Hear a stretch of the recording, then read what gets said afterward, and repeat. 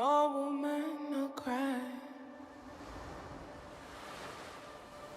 No woman, no cry. Hey, little darling, don't shed no tear. No woman, no cry. Good friends we have, and good friends we've lost along the way.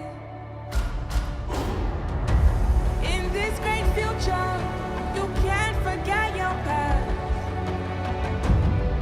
So dry your tears, I say.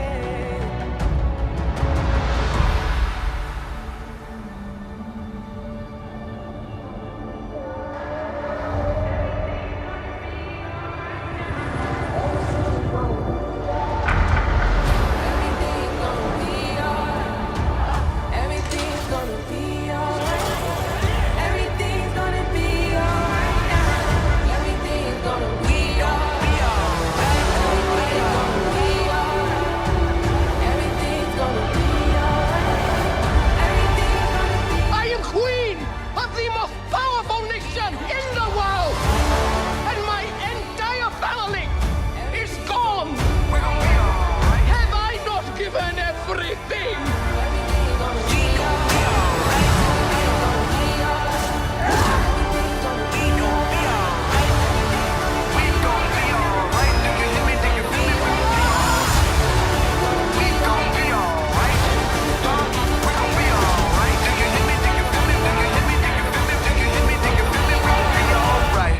And when I wake up,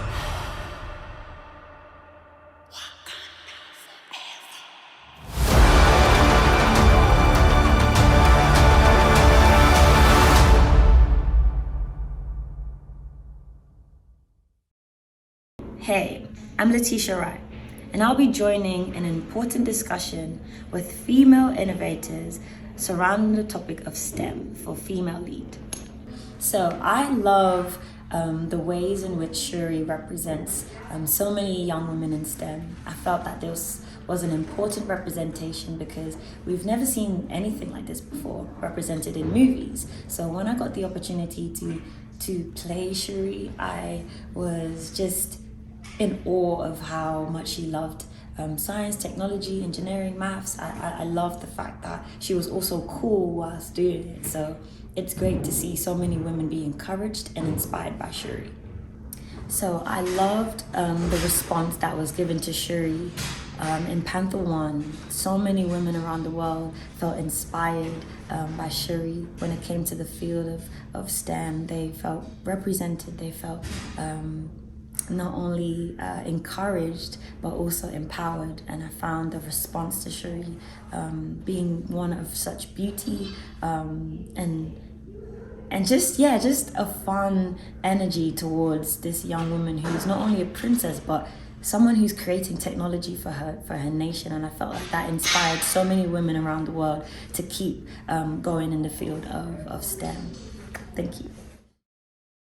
Now, to the panel, to the wonderful evening we have ahead, I want to introduce Julie Adenuga, who will be our fabulous moderator, and she is going to introduce the panel. Welcome, Julie.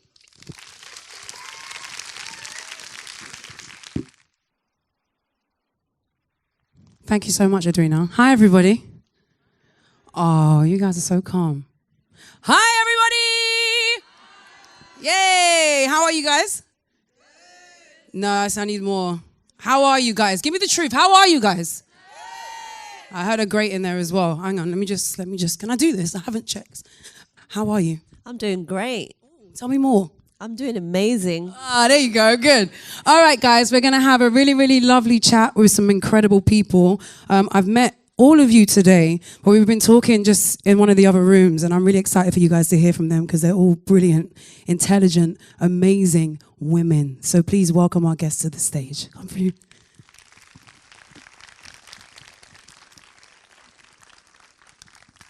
So with a formal introduction, my name is Julie Adenuga, and I join you today with a female lead for this very exciting panel. It's lovely to see you all here. Make some noise if you're happy that it's now winter.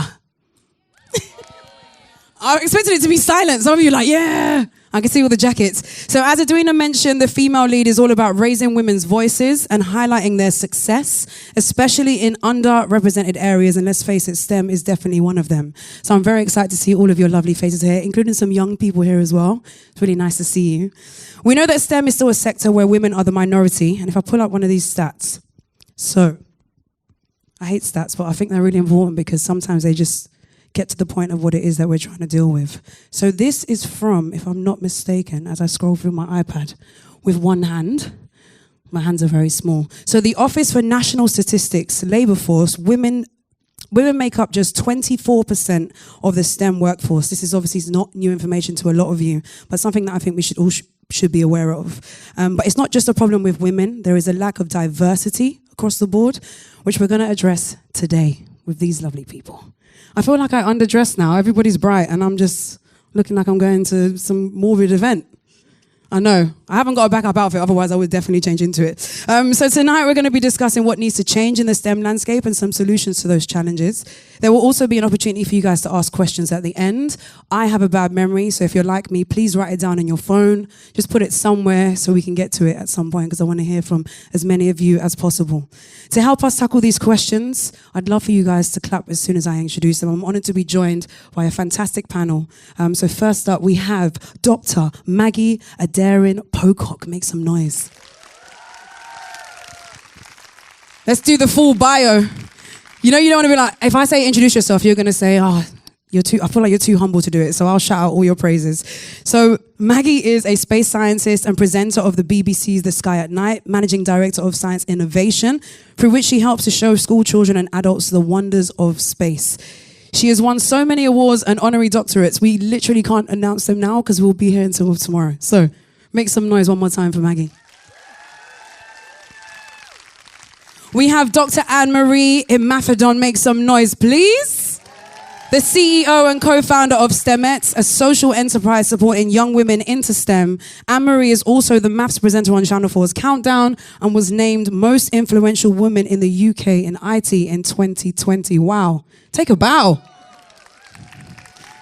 She released her first book that we have here for visual cues. It's called She's in Control, How Women Can Take Back Tech. It came out in September 2022. We actually all have a copy because she gave us one. I would love for you guys to grab one as well if you get a chance. We're going to get to a very special book as well from Maggie in a second. Don't worry, I've got you. And last but not least, we have Vanessa Sanyauke. Make some noise.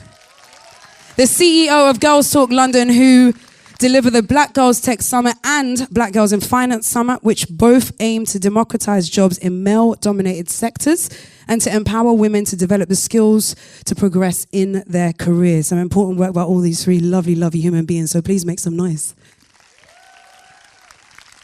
So we've just seen the incredible Wakanda Forever trailer. We have seen a fictional scientist in Shuri, the wonderful Letitia Wright, but now it's time to talk to a real doctor. I feel like I've got many questions, but some of them are too personal for this panel. So we'll start with just all the space stuff. We'll get into other bits later. Tell us why it is important to you, Maggie, to speak to young people about space and about science. Space is one of those subjects that grabs people's imaginations.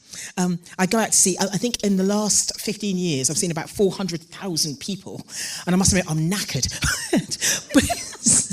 But it's wonderful because space sort of transcends. And also space is one of those things that it's been with us all the time.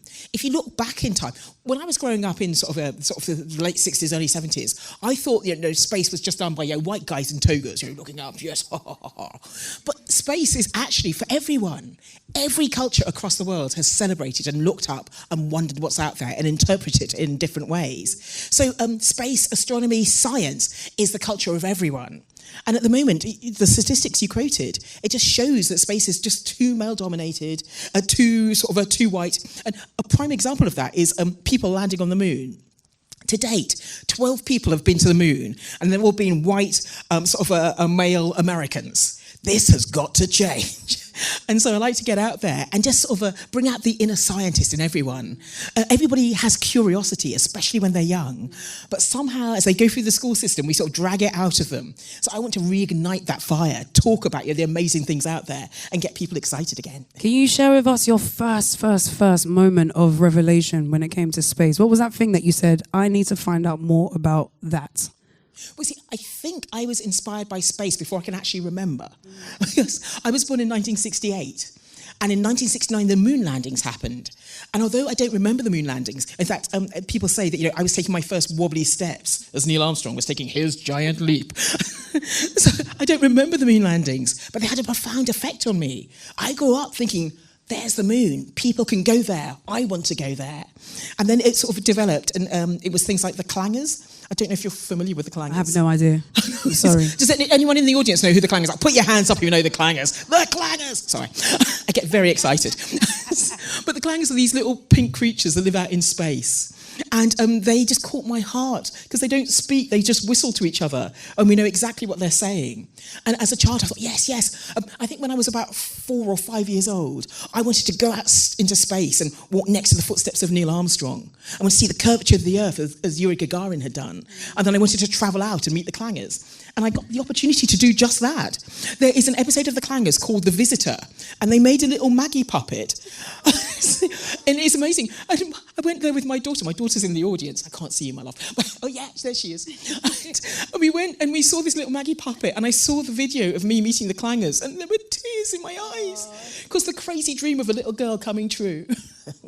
That's beautiful. I want to meet the clangers now, even though I didn't know who they were about 4 seconds ago. They're good.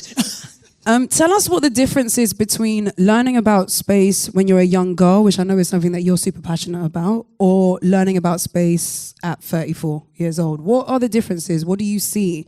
What about that makes it important that you do speak to the young people about space?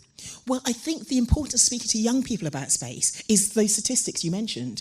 We need more diversity in STEM. But also, there's another statistic that says less than 15% of 12 to 14-year-olds are considering careers in STEM. STEM is what drives the economy. STEM is what gets us through COVID. STEM is what enables us, to sort of have the technology to get through COVID. So the problem is, if we are not getting that next generation coming through, we're stuck. And so speaking to the young people, I like to speak to everyone. No one is safe. Because if I get an opportunity to speak to someone about space, I will. But especially when you get to the young kids and the young girls, if you can fire an interest in them, you can open up a whole world of opportunity for them. STEM changes the world. STEM pays well. STEM, as AI comes in and the world of work is changing, STEM is what's going to have the jobs in the future.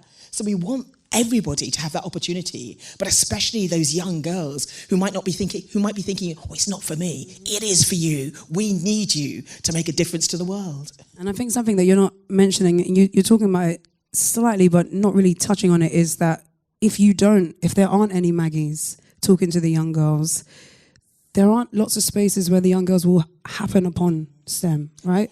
Or even notice that they're happening upon STEM.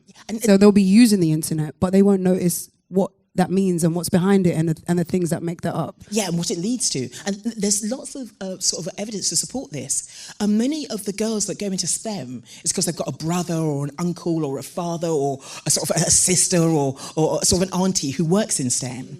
And so they find out about STEM and find out the sort of things you can do in STEM. But for many people, they just don't have that interaction. I've spoken to girls that say, well, if you study physics, you can only be a physics teacher. No, as physicists, we've infiltrated everywhere. We're in your banks, we're in your hospitals, we are everywhere. You sound like a virus. I know, but a good virus. And so it's just trying to ensure that, that everybody knows about these opportunities, because STEM careers are stable careers, they pay well, and we need that diversity just to make STEM work. So Maggie also has a book out today, guys. Can we give her a round of applause, please? It's called Am I Made of Stardust? It is. Give us the full title and tell us a little bit about the book. Yes. So it's called Am I Made of Stardust? And it's Dr. Maggie answers the big questions for young scientists. And I mentioned that over the years I've seen about 400,000 people sort of travelling around, and lots of questions come up at the end. So it's looking. This book sort of covers some of the questions like, can I sing in space, or what happens if you fall into a black hole? And am I made of stardust? Yes, we are. Each and every one of us is special. Okay, I need to know if you can sing in space. It depends. Oh. Okay, yes. If I actually do a tour and actually do a demonstration of this, if you're in the vacuum of space, you've got other problems apart from singing. Breathing would be better. Right. Yes, because you need to fill your lungs with air before you can sing, yes. So that's the first thing. But if you're in a space suit with air in it so you can breathe, then yes, you can sing. Or if you're in a space capsule or International Space Station, I'm going there one day, yes, you can sing there too. Perfect. I know everybody wanted to know that, but none of you more than me. I'm going to buy a spacesuit from Amazon now, actually. I can't wait. Anne-Marie, how are you? Are you okay? Yeah, how good. are you? I'm good, thank you. Thanks for asking. I wanted to talk to you about STEMettes. I know when you first... How long ago did you start it now? Well, we're 10 in February. You're 10 years old. Yeah. There's lots of big moments today. Make some noise. Wow. Congratulations. Have the reasons that you started STEMettes 10 years ago changed to now? Yes and no. Sadly, I mean, you had the statistic there. When we started 10 years ago, and this isn't just because of STEMettes, but the number was 13% of those working across STEM sectors were women. And so it's the same problem. It's evolved and it's ever so slightly different, but the work that we're doing is still similar. And there's a lot that kind of Maggie mentioned that we touch on. We call it science capital. The same way as you have cultural capital, there's science capital. Do you know scientists? Are your parents scientists? Are they, best friends of your parents that are scientists? Or is the only time you've ever seen a scientist or technologist when you see them on TV, or when you see them in Hollywood, right? Or when you see them in the press and in papers, or when you do or don't see them in your textbooks, right? And this is still something we have across the curriculum. We don't get to see female scientists, female engineers, female technologists, even though there are so many of them that we should know. Some of you here have heard of something called Wi-Fi before, or Bluetooth. And we have that because of a physicist called Hedy Lamarr, who worked on spread spectrum frequency hopping technology, right? And you might not know spread spectrum, but you'll know Wi-Fi, or even the blue dot that we follow when we're trying to get somewhere, right? Trying to get here today, maybe, if you've not been to the Science Museum IMAX, there was a blue dot that you followed, and that's GPS. And again, we only have that because of an African-American woman called Dr. Gladys West. I like to call her Auntie Gladys, right? And call it the Gladys positioning system. But we don't know that. We don't get to see that. And I think that's the thing that we're still trying to work with STEMettes is get to meet these people, get to see them. We sit on the bus, we eat Nando's just like you do, right? But there's all these options that you also have. And so our work hasn't changed in that that's still something that we're getting more and more people to see on bigger and bigger scales. But, we're edging, I think 30% we said is the target. And at 30% things tip. So we're almost there. 10 more years, maybe just slightly fewer, and then we can go and do something else. What else do you want to do? Lots of things. Should we tell them about your love language? Pop sockets. Anne-Marie is going to transition from what she does now into just manufacturing pop sockets because they are her love language. Biodegradable ones. Maybe. Oh, that's nice. There you go. So if you ever see them on the market, please buy them and support her. Thank you. Cool messages as well. With very cool messages like she's in control. Yeah. One of the questions I had for you just off the back of what you were saying is because tech moves so fast, yes, I'm sure, like you just mentioned, there have been things that you're still fighting from 10 years ago. What have been some of the new things that have come up? Have there been any? I think the main new thing that has come up, and it's not really been new, but it's a new thing that we've had to shout about a little bit more, is STEAM. And I know today we're talking about STEM, the science, the technology, engineering and maths, but STEAM is science, technology, engineering, arts and maths. And I think it's something that, we had we had 10 years ago, but even more so now, is something we see where people are like, well, you know, I like this whole STEM thing you're talking about, but I'm an artist, and actually arts and English is more my thing. And it's all, no, like all of them are interconnected. You can't do the STEM without the A in arts. You can't do the arts without the STEM, right? There's so much chemistry in just, you know, painting, right? And how do things bond, right? How does that going to come out? How is that going to work? And different mediums that people are now using and exploring. So I think one of the biggest things that we've had is STEAM, and being able to say, yeah, you can be a dancer and a technologist. I mean, I've got a story of a lady called Ghislaine in my book, and she was a trained dancer in the 1960s, 1970s, and now she's taken dance and technology together, and she's seeing how the body moves technically, and so looking at hybrid spaces and hybrid worlds and virtual things. And she was doing that before the pandemic, right? And now we're having to think about the metaverse, but she's been doing it for time. She's been doing it for ages. So I think there's STEAM, and I think the other element is, like you said, the technology has progressed. And so for us, you know, one of our values at STEMETS is future focus. We need to look at the future and what's coming next, and actually being able to be conscious of, you know, we're talking so much about, you might have heard of facial recognition, for example. Do you know there's heart print recognition? So working on technology that can recognize you by your heartbeat from, you know, hundreds of meters away. And so it's like you have to keep on it and keep exploring and keep enjoying. And so I think that's the other thing that we've been like, yeah, you've got Instagram, you've got the internet, you've got the Gladys positioning system, you've got Wi-Fi and you know, and Bluetooth, but what's coming next? And I think, you know, to add to what Maggie was saying, and I'm sure Vanessa will say, you know, we have to be there in the room when these decisions are being made, because otherwise we're going to be left behind. Otherwise we're going to be excluded. You know, facial recognition probably couldn't tell the four of us apart as Black women. And if you're using that, you know, there's some of you will know, there's a girl on TikTok called Elaine. You know who I'm talking about? She's the one that's like, you know, I'm going to Tottenham, and she does the video like, welcome to Tottenham, and she goes, ha ha ha. Oh and yeah, she's hilarious. And there's a tweet from before she went big, right, that I have in my slides, and she went to renew her passport photo online. So she's put it in, and she's put in her passport photo. And Elaine looks like us, I guess, for anyone that doesn't know Elaine or isn't on TikTok, which, you know, I'm jealous of you. But she goes to renew her passport, and it says, oh, no, Elaine, your mouth isn't closed in this picture. It looks like your mouth isn't closed. You know, can you, you know, either take the photo again and close your mouth, or can you let us know the medical reason why your mouth is open?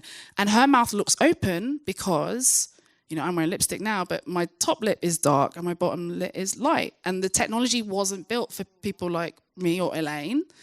And then that means that her passport renewals then. And that's like a really minor thing, let alone driverless cars that are having to tell one human being from a lamp post, right? And if you can't tell my passport photo where my mouth is closed, how are you going to tell the difference between me and, you know, a dog or a lamppost or whatever object it is? So it's really, really important we're there, so that we're building these things now, so that the future, you know, we don't build, you know, robots that end up, you know, harming us by accident.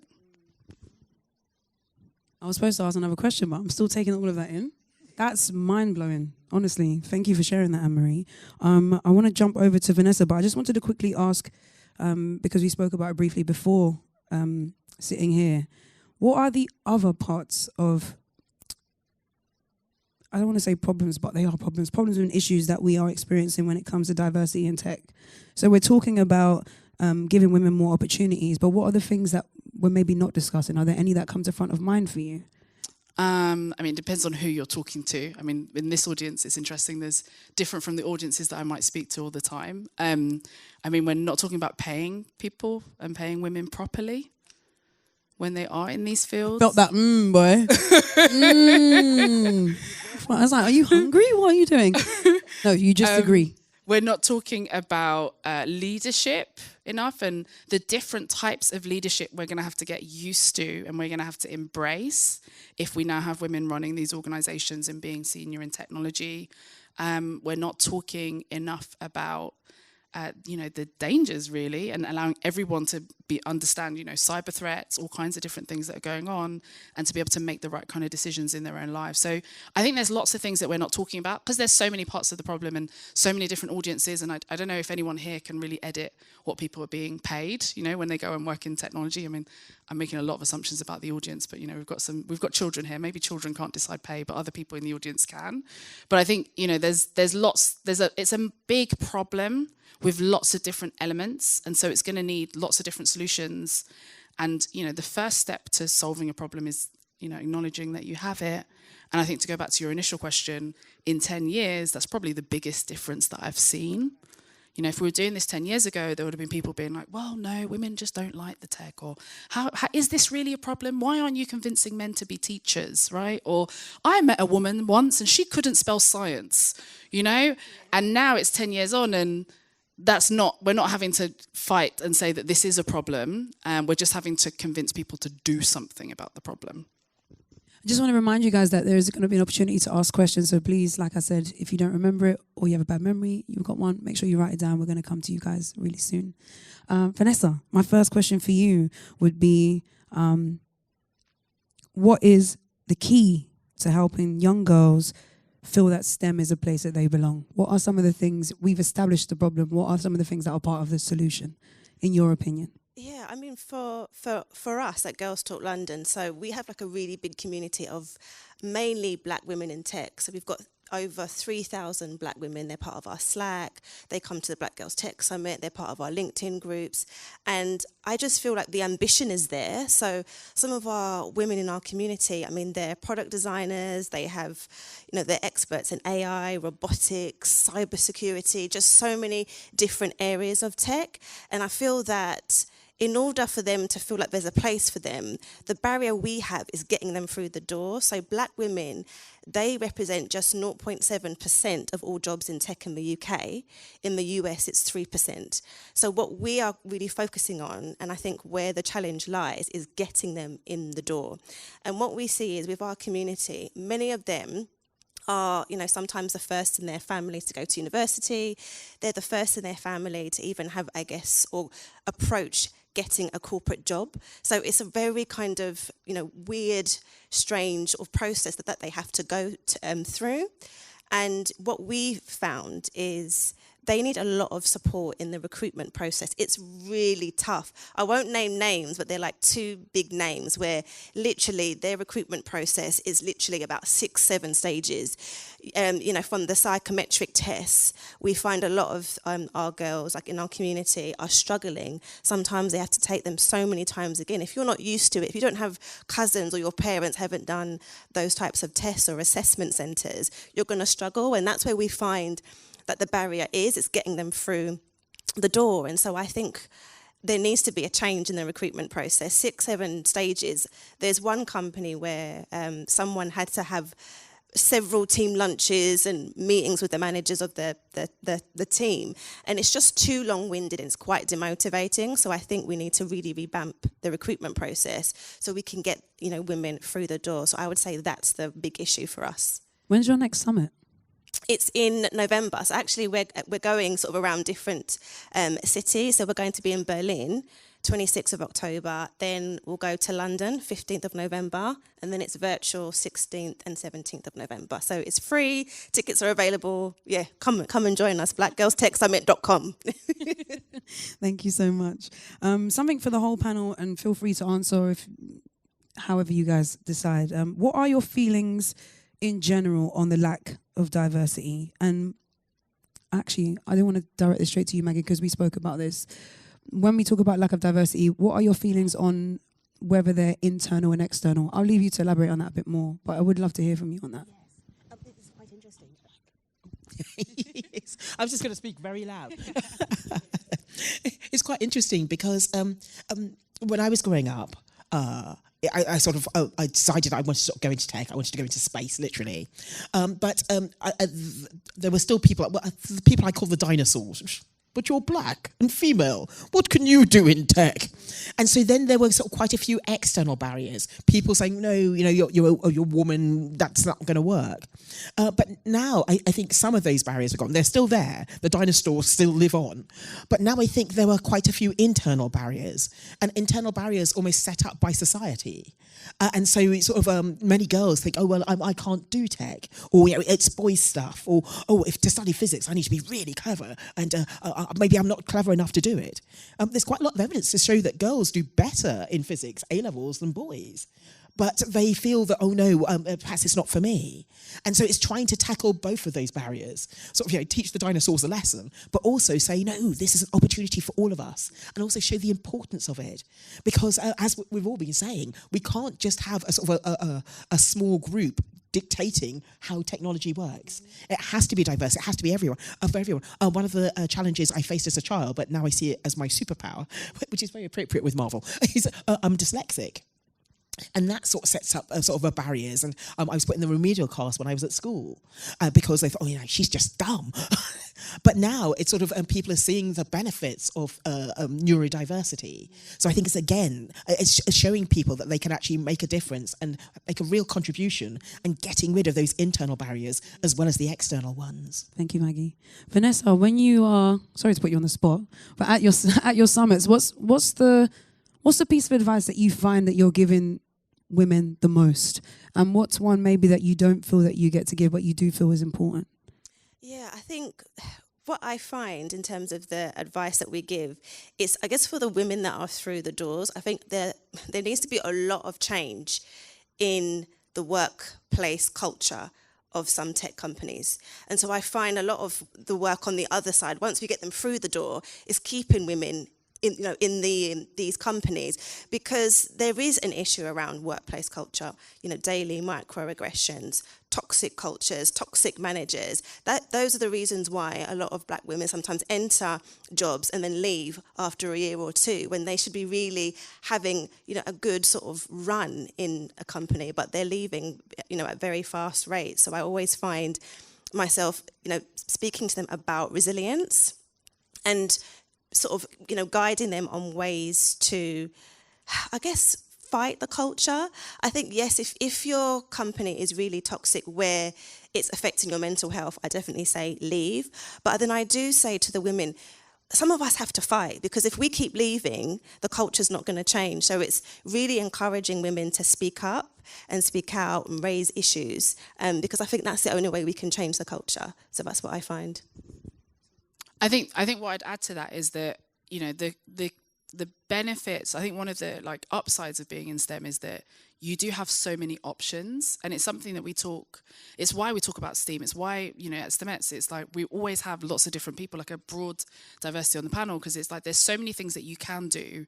A lot of your STEM skills and your core skills, we don't call them soft skills, they're core skills, are transferable. And so actually I think the beauty of being a woman in STEM, the beauty of being a woman in tech, is that you have the options. Like there are lots of I was saying it the other day at my launch, like you're not a tree, move, Like there are other places that you can go to, there's other spaces, and I talk about this a little bit in the book as well, and we have this with STEMettes, is you can also create your own space. And I think that's one of the beauty things of technology is, you won't become a Rhymes with Google or whatever overnight, but you can go and build your own thing. And we have this with so many of our alum who come back, and we work with lots of different companies. There are lots of companies we don't work with, and they'll be like, I didn't realize I can put biology and tech together, so I want to go and do the biotech thing. And they'll go off there, and then I'll get a call about 18 months later. And they'd be like, hey, Anne-Marie, so I quit that job and I've started my company and we're doing this VR thing and we're doing that. And what I want to ask you is, we've got funding. What I want to ask you is, actually, when you're doing audit, and I'm like, hang on 1 minute. You quit the job? I was there. Like, what? You called me, we shared a bag of sweets to celebrate when you got the job. You've already quit it. And it's what Vanessa's saying, but it's nice because it's like, don't leave the whole of STEM. Just know that that's that space. And what's nice is the more that certain folks fight, because the fighting is not for everybody. Look after your mental health, look after self-care, all the rest of it. The other thing I always say is, I'm not Jesus Christ. I didn't die for your sins, so I can't solve all of your problems.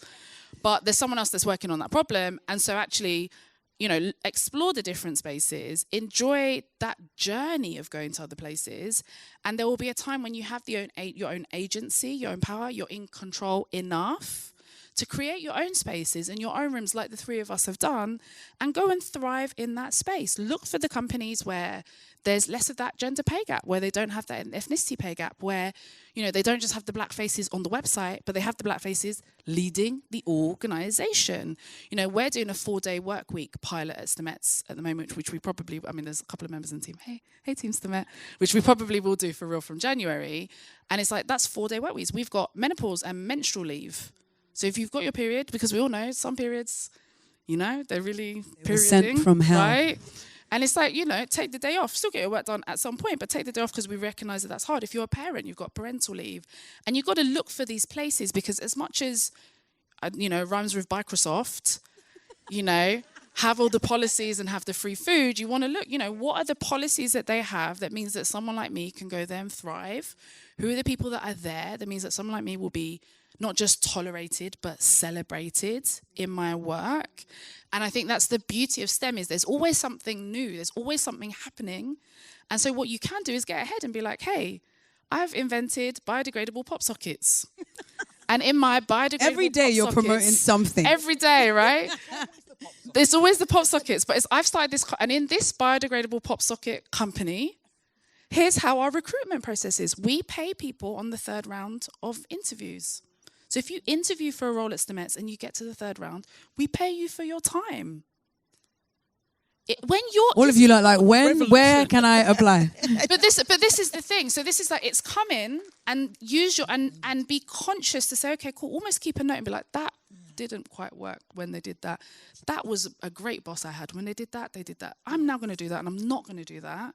And remember that, that's what I think is, back again to your question at the beginning about success or about 10 years, I think also the definition of success. When I was graduating, it was, what's the most amount of money we can make? What's the rank and the title we're going to get? And now it's like, no, what's the change I'm going to make in the world? And STEM is the thing that can really help me, biodegradable pop sockets, and really change those things up. Or the COVID vaccine, it's not always biodegradable. One or the other. Not everyday pop sockets. I think that's one of the things I didn't realise growing up, that you can take your own destiny and take it in a direction you want. I remember I went to 13 different schools when I was growing up, so I was all over the place. And then when I was going to work, I'd work somewhere, feel I'm not getting promoted enough, to try somewhere else. And in the end, I set up my own company. And then, and of course, it's taking a risk. And I think it's just as you were saying, success is not failing. Success is not failing. Success is when you fail, and I have failed many times, being flat in the mud, it's all so horrible. The success is picking yourself up and thinking, okay, that didn't work. What's next? I'm going to find a way around this barrier and do something else. When my daughter was born, I realised that I didn't want to be spending 12 hours at work every day. I wanted to spend time with her. So I decided that I'm going to sort of set up on my own. So it's just finding these opportunities. But what we don't realise, and what I didn't realise when I was young, is we can do this. We have the power. We are, we're amazing. We have stardust inside us. It can take us anywhere. So yes, I think listen to your heart. Sometimes take your calculated risks. Sometimes you'll fall over, but sometimes you will reach the stars. Absolutely.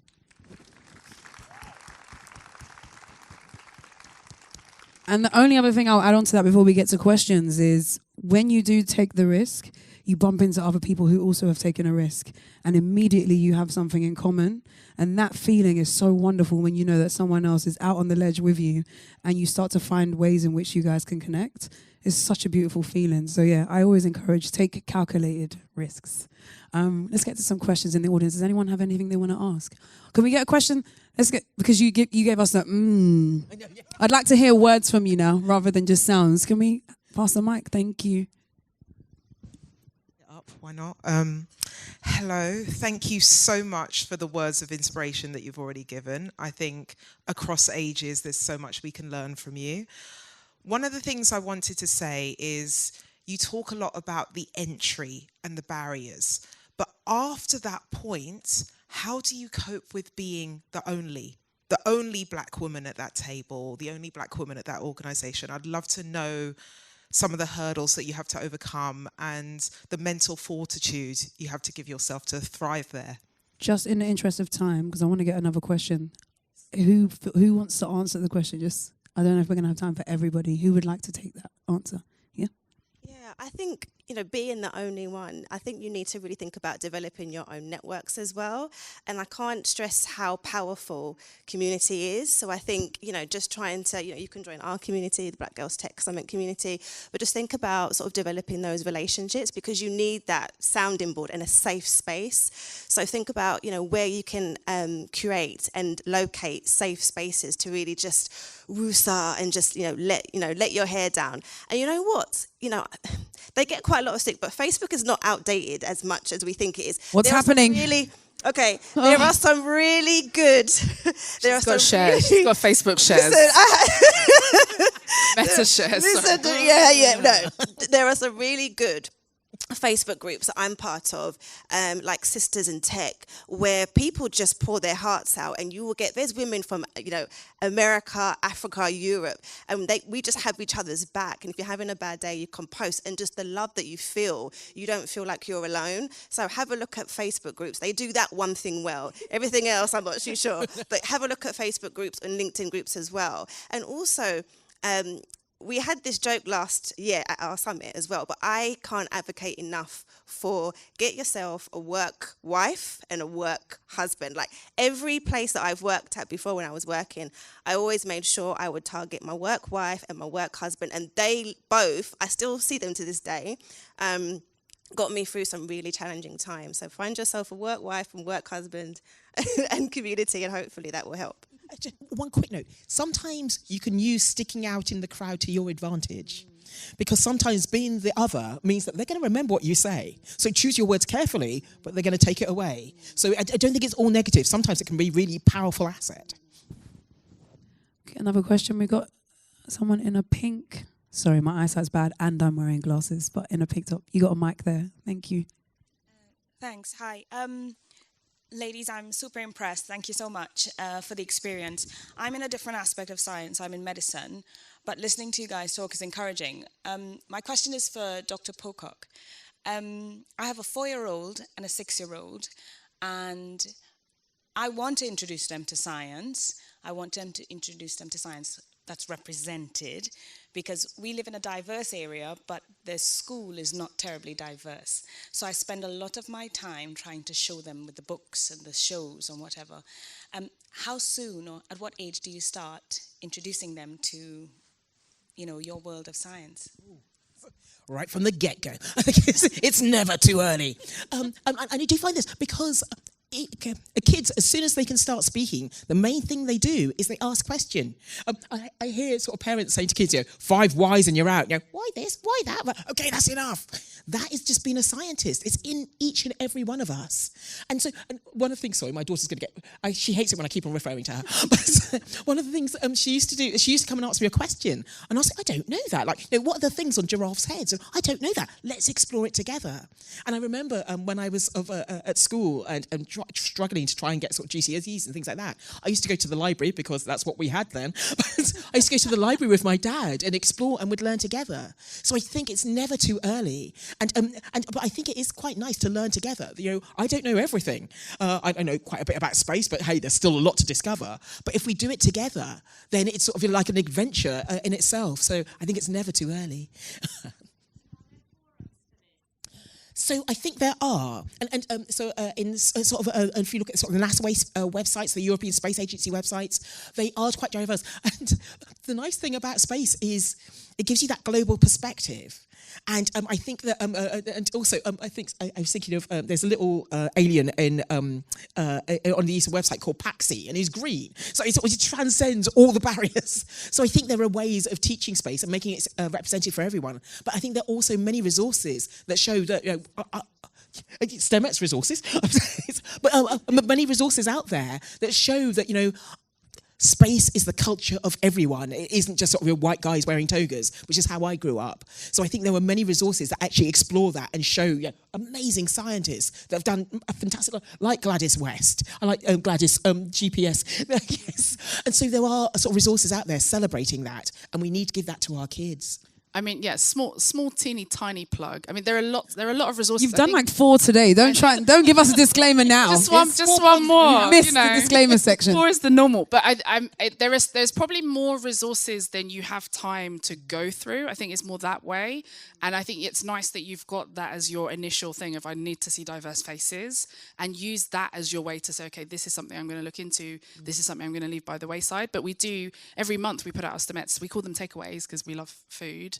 But it's sessions you can watch back and do with your child, with your young person. Yes, STEMettes is for girls and non-binary young people, but anyone can sit and watch the video and go through and build the origami, or meet the space scientists, or whatever it might be online. So that'd be it. But I think over time, as you explore, figure out the ones that kind of work the best for you and your child, because not everyone is different. And some people, it does need the sweets and the food, and other people, it needs to be running around out, and it needs to be outside. So I think that's the thing, is learn the preferences over time. I don't have kids or anything, but that would be my extra plug. I think we got time for 2 more questions. Can we get a mic to... Yes, one. Oh, I'm obviously going to have to get a question from you. You're jumping out of your seat. Hi, I'm Kiara. I'm 8 years old, and my question is for Dr. Maggie. So, if you could go back in time and invent something, what would you invent and why? Ooh, good question. Very good question. Oh, yeah, yes. I like that. Yeah, do that while I think. You see, right from the get-go, I mentioned sort of seeing the clangers, and actually the clangers were a gateway to Star Trek. I don't know if you encountered Star Trek, but it's about people who live out in space. So all my life, I've wanted to get out into space. And all my life, I've literally wanted to reach the stars. So travel out there, whoosh, like in Star Trek, and travel to the next star system, meet the aliens. But I've had a problem, because if we travel from our solar system to the next door neighbour's solar system, that's a journey of 40 trillion kilometres. And using current technology, that's going to take 76,000 years. But I have crazy dreams, and so there's a new project that is trying to get us there sooner. We might be able to get there, send a probe in 20 years, but that's what I'd like to make, a machine that could travel at just under the speed of light, that can get me out to these amazing places, because I believe there are aliens out there and I want to meet them. So I want to make a spaceship that will take me out there and get me there super quick. Are you going to get on the spaceship with Dr. Maggie? Will you come? Yes. Because there's so many mysteries we could solve, like what dark matter is. It's really embarrassing. As scientists, we have so many questions we haven't answered. So we need some bright young spark like you to help us, because we're really stumped. Thank you so much for your question. Thank you. Such a sweetheart. Can we grab a question from the young lady in the grey? Can you put your hand up for us just so we can get a mic to you, please? Thank you. Someone's going to come over to you now.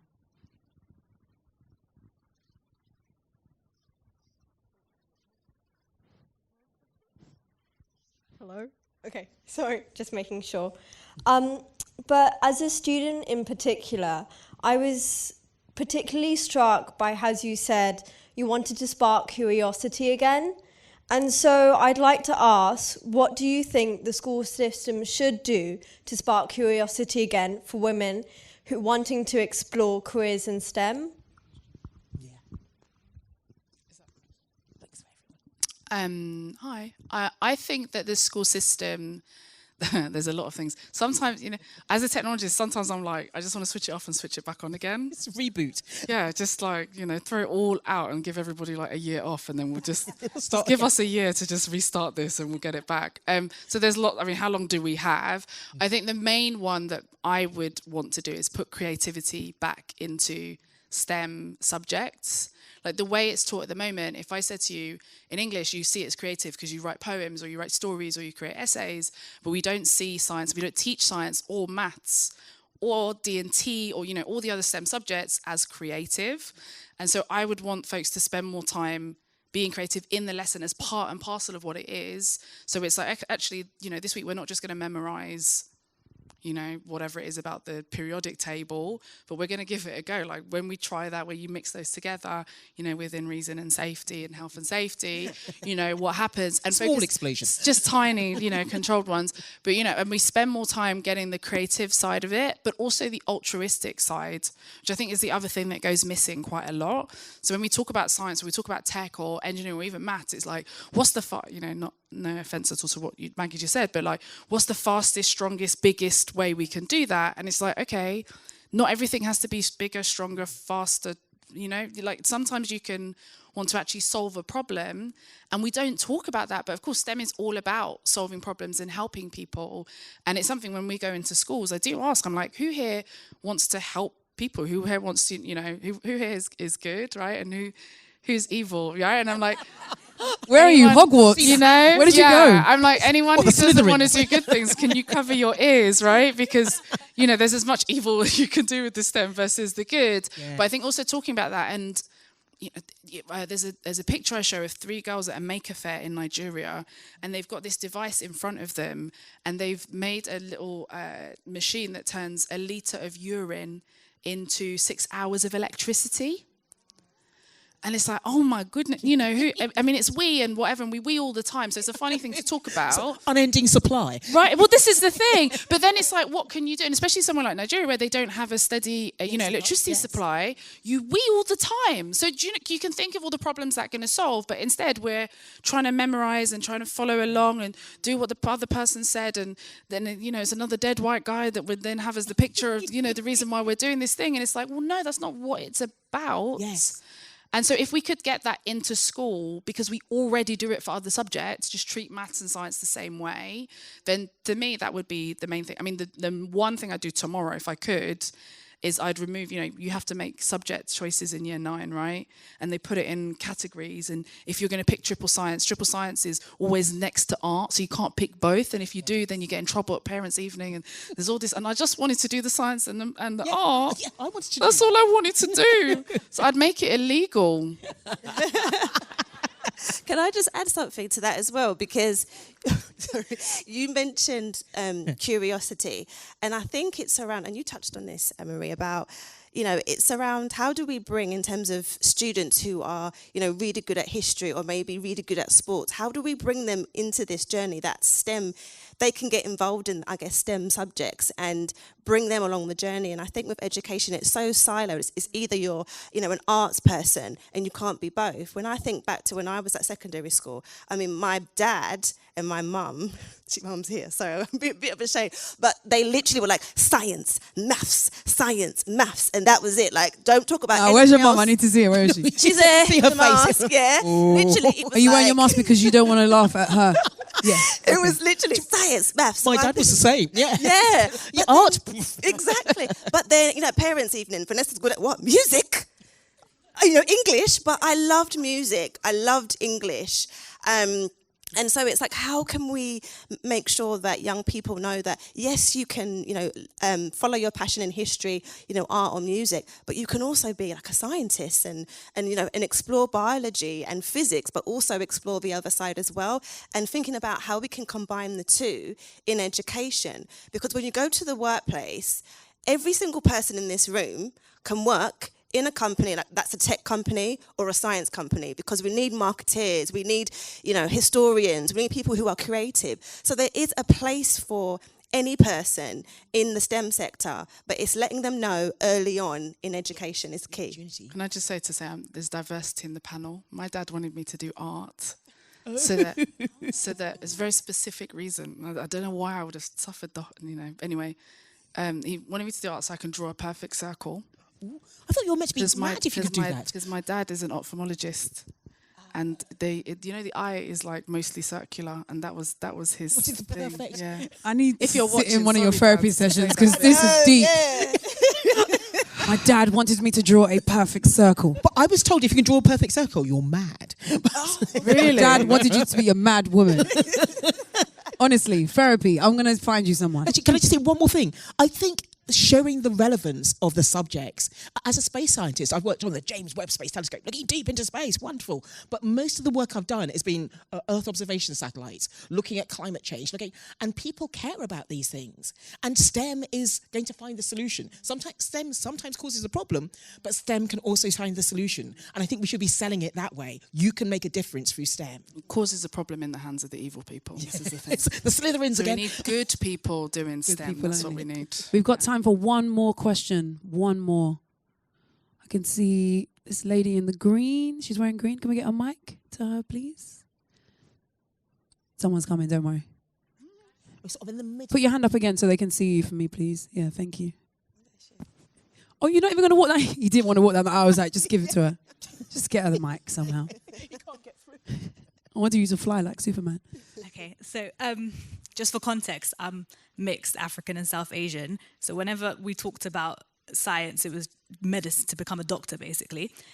Do you think, because our cultures stem, no pun intended, from like spiritual roots, when it comes to physics, there's a bit of friction because God seems to be eliminated from the equation and people maybe feel conflicted in whether to study physics and go into space when everything is kind of based on like Scientology. Could that be a potential factor that puts people off, and how could we like address that? So I was exactly the same. My father comes from Nigeria, my parents come from Nigeria, and when I was growing up, it's medicine. Well, it was medicine, law, or I think accountancy, but definitely medicine and law. Yeah, or disgrace to the family. Yeah.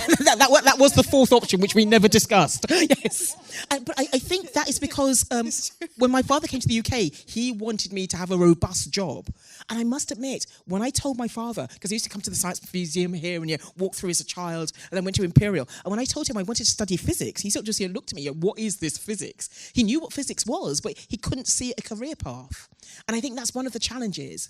Now, in terms of this sort of the friction between sort of things, subjects like physics and and religion, I find it interesting because I mentioned I've gone and spoken to lots of people, and I think you can have a conflict, but you don't have to. I'll give you an example. And sometimes I go to Catholic schools and I speak about the Big Bang, and they say, well, how about that 7-day stuff? And I like to point out that, I can't remember when God created, in some religions, God created day and night, so quite late on. So before that, how long would a day last? It could have been 13.8 billion years. So I think there are ways that it doesn't have to conflict. And people were telling me that in the Quran, people talk about astronomy and things like that. So I think we can find conflict, but we can also find harmony. And I think that is the key. But I don't think it's one of the driving forces for parents. I think parents just want you to get a good job that earns well and so you can do well. And that was definitely the driver for my father anyway. And for Anne-Marie's, just to remind you, it was to get a perfect circle. Just in case anyone's forgotten that. I'll be thinking about that for weeks. Weeks. I see you in a whole different light. I'm going to ring you on Christmas Day and just talk about it. With my dad. With your dad. To explain himself. I'm going to send him just a notebook, a 300-page notebook of me trying to draw a perfect circle. Squiggle. See if I got there.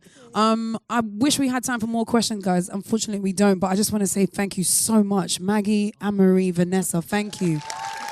Honestly, thank you so much. Thank you to you for asking amazing questions and doing this. We're like cats. We go everywhere. I will say as well, just to leave, my background, for those of you that don't know, I'm very musically oriented. I picked music and art over the science. I'm sorry, I should have done both. It's not too late. It's not too late. But one of the things I see in the industry that I work in that I'm seeing here as well is community is so important. And I know it's easy to message people and leave comments under pictures, but more than anything, you're sitting in this room because you, like everybody else in here, cares about something. You all have a common interest. So talk to each other. Don't just leave and go home, because the conversations that you have today will be the things that become who you are later on in life. So please make sure that you are taking advantage of community whenever you get the chance. Speak to strangers. Calculated risk. Speak to strangers in safe spaces, because they know things that you don't know, and you could have something in common with them that's going to change your life. So please do that. Thank you so much for your time. Thank you once again to you guys. Thank you for being here.